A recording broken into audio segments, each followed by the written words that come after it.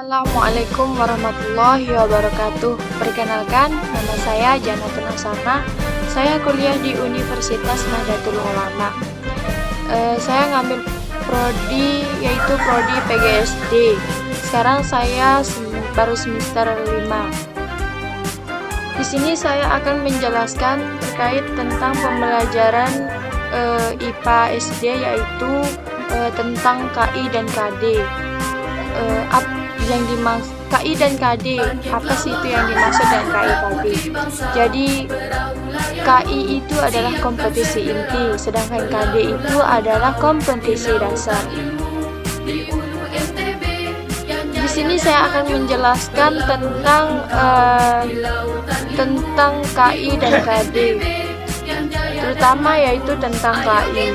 Kompetisi inti ini terbagi menjadi 4 bagian, yaitu 1. Sikap spiritual, di mana sikap spiritual ini dijelaskan tentang yaitu menerima,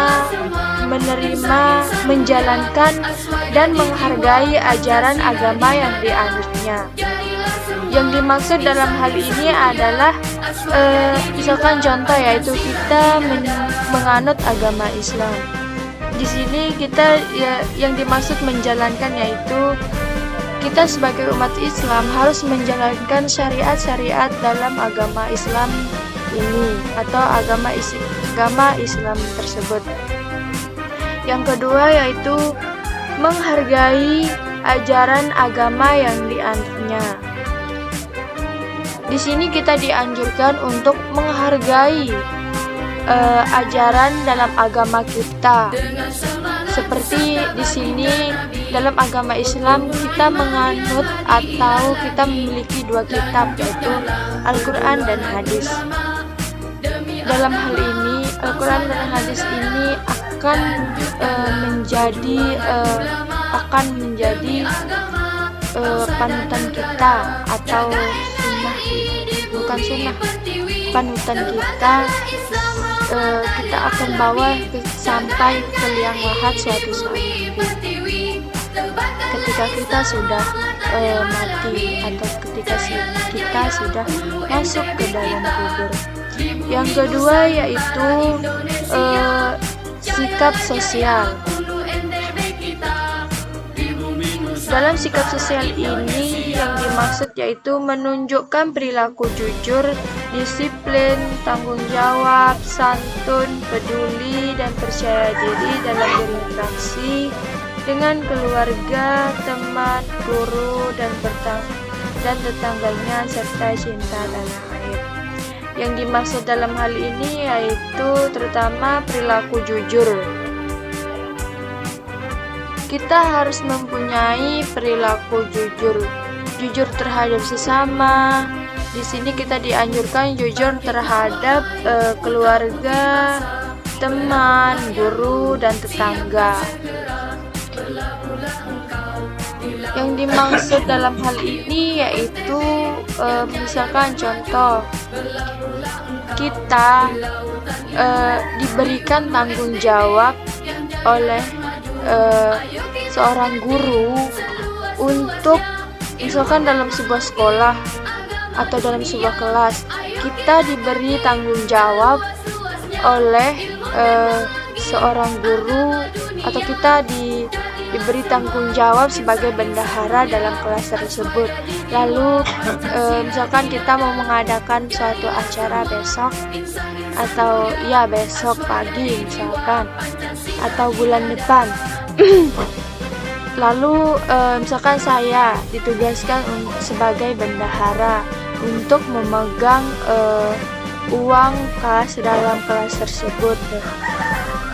Maka di sini kejujuran seorang bendahara akan diuji. Karena kenapa? Karena di sini kita memegang uang dalam satu kelas tersebut. Maka di sini kita harus mempunyai sikap atau perilaku jujur. Kita tidak boleh mengkorupsi uang tersebut. Misalkan sedikit, misalkan kurang 1.000 saja, itu sudah tidak, itu sudah bukan perilaku jujur. maka disitulah tertera yang dimaksud dengan perilaku jujur. Yang kedua yaitu disiplin. Nah, di sini misalkan masih dalam lingkungan sekolah ya. Di sini misalkan kita ditugaskan sebagai ketua atau ketua kelas. Misalkan dan di dalam kelas ini sebagian ya semuanya dari kita sudah mensepakati jadwal piket, misalkan hari Senin siapa, hari Selasa siapa, dan seterusnya. Nah, di sini misalkan besok pagi jadwalnya si B, misalkan. Terus si ketua memerintahkan untuk lebih on time atau tepat waktu, untuk datang lebih awal supaya bisa bersih-bersih dalam kelas tersebut sebelum upacara, sebelum apel di lapangan. Misalkan jam segini, jam 7.00 kamu harus sudah berada di sekolah untuk membersihkan ruangan atau membersihkan kelas serta halaman sekolah. Nah, disitulah sudah dikatakan dengan tepat waktu. Kita harus tepat waktu atau on time. Dalam bahasa Inggrisnya on time. Yang kedua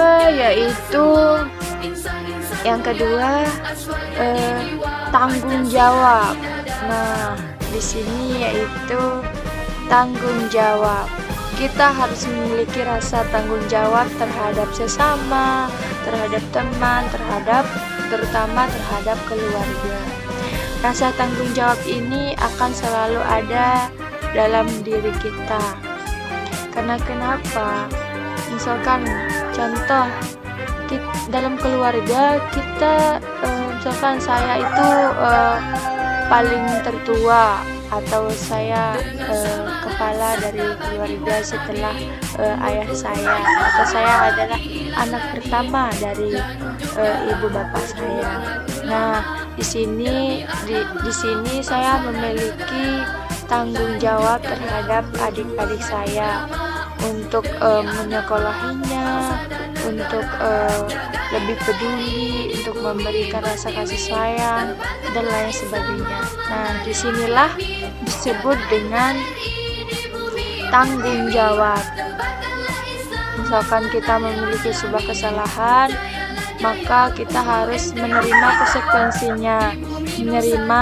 Kita harus tanggung jawab terhadap kesalahan yang telah kita lakukan. Yang keempat yaitu santun. Kita harus memiliki sikap sopan santun. Contoh dalam sopan santun ini, contoh misalkan ada orang tua sedang duduk di depan rumahnya, lalu kita datang atau kita lewat, maka itu kita harus punya adab, kita harus punya rasa santun. Misalkan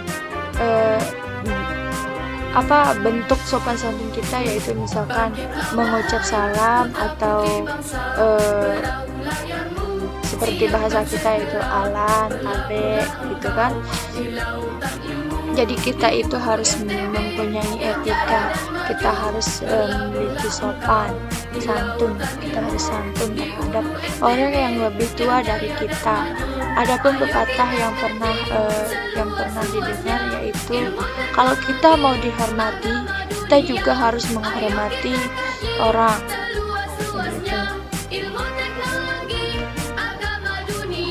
Selanjutnya yaitu peduli, ya, peduli terhadap sesama, diri sendiri, dan juga orang lain, dan juga peduli terhadap segala-galanya. Yang selanjutnya yaitu percaya diri dalam sikap. Di sini kita disuruh untuk percaya diri. Misalkan kita mau melakukan sesuatu, kita tidak boleh pesimis, kita harus tetap optimis, percaya diri terhadap agar apa yang kita inginkan berjalan sesuai apa yang kita harapkan. Intinya kita harus optimis, karena kalau tidak optimis kita akan, misalkan contoh, orang sudah berjalan jauh dan kita masih di situ-situ saja. Kalau kita pesimis ini, tapi kalau kita optimis, kita bahkan bisa lebih dari orang tersebut. Yang ketiga itu KI tentang pengetahuan, yang dimana pengetahuan yang dikandung dalam di sini adalah memahami pengetahuan faktual dan konseptual dengan cara mengamati nanya dan mencoba berdasarkan rasa ingin tentang dirinya, makhluk ciptaan Tuhan, dan kegiatan dan benda-benda yang dijumpainya di rumah, di sekolah, dan tempat bermain. Di sini kita disuruh untuk misalkan kita mau melakukan sebuah kegiatan, kita harus mempunyai rasa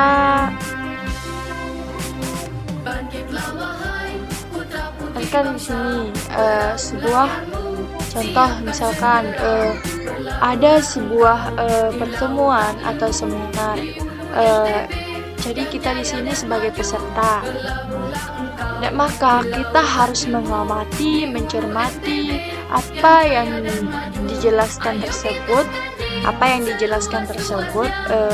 oleh motivator kita, oleh orang-orang besar, oleh pembawa materi atau narasumber.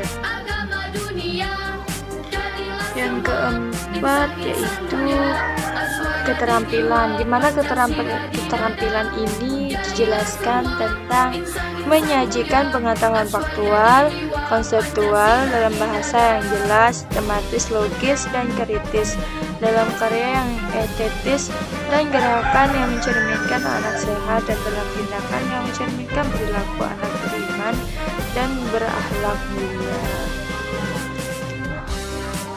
Di sini yaitu kita dituntut, misalkan contoh, kita sebagai mahasiswa di sini, kita sebagai mahasiswa itu harus kritis dalam bertanya, menjawab pertanyaan, serta kritis dalam menyanggah sebuah jawaban, atau jika kita masih kita belum paham, di situ kita akan mengeluarkan pendapat kita dan lain sebagainya. Selanjutnya yaitu kompetisi dasar, yaitu atau lebih singkatnya disebut KD. KD ini juga dibagi menjadi 4 bagian. Yang pertama yaitu kompetisi dasar tentang menerima karunia Tuhan yang Maha Esa, menerima karunia Tuhan yang Maha Esa. Misal seperti nikmat-nikmat yang telah diberikan Tuhan yang Maha Esa itu yaitu adalah sudah termasuk karunia Tuhan yang Maha Esa, seperti nikmat kesehatan jasmani dan rohani, nikmat yaitu. Yang kedua yaitu menunjukkan perilaku bijaksana. Kita itu di sini kita dituntut atau kita disuruh untuk melakukan atau menunjukkan perilaku bijaksana terhadap sesama, bijaksana dalam tindakan, bijaksana dalam mengambil sebuah keputusan dan lain sebagainya. Intinya di sini itu kita disuruh untuk bijaksana dalam segala hal.